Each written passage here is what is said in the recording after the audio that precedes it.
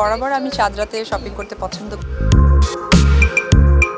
আমার মনে হয় মেয়েদের একটু কিছু শাড়ি টাড়ি ঈদের আগে না হলে মন ভরে না। আপনারা আগে দেখেছেন কিনা যে উপদি কথা বলছে জামান ভাই, আমি নীরব, আমরা আসলে মাইক্রোফোন ধরছি।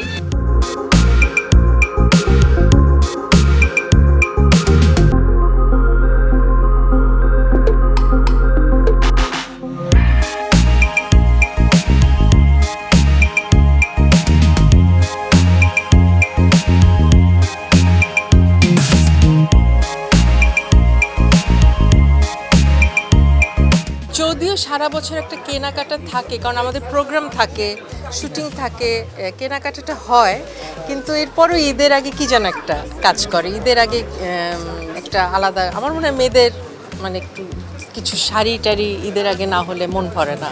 অপটিক্যাল ব্রাইটেনার, কালার গার্ড এবং ডার্ট লক সমৃদ্ধ অ্যাডভান্স ফর্মুলায় এলো নতুন রে ডিটারজেন্ট পাউডার। আপনারা আগে দেখেছেন কিনা যে উপদি কথা বলছে জামান ভাই, আমি নীরব, আমরা আসলে মাইক্রোফোন ধরছি।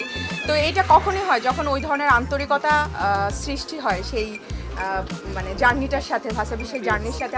আমি নিজেও অনেক বছর ধরে যখনই জামান ভাই ফোন দিয়েছে আসো আমাদের শ্যুট, চলে এসেছি। এবং আমি বলবো যে ভাসাবির সাথে নীরবের যে একটা, নীরব বললো, নীরবের যে কানেকশন, এটা আমি আসলে অ্যাপ্রিসিয়েট করতে চাই নীরবকে, কারণ যে কোনো শ্যুটে আমি দেখেছি নীরব আমাদের সাথে খুব ভালোভাবে কোঅর্ডিনেট করে নেয়।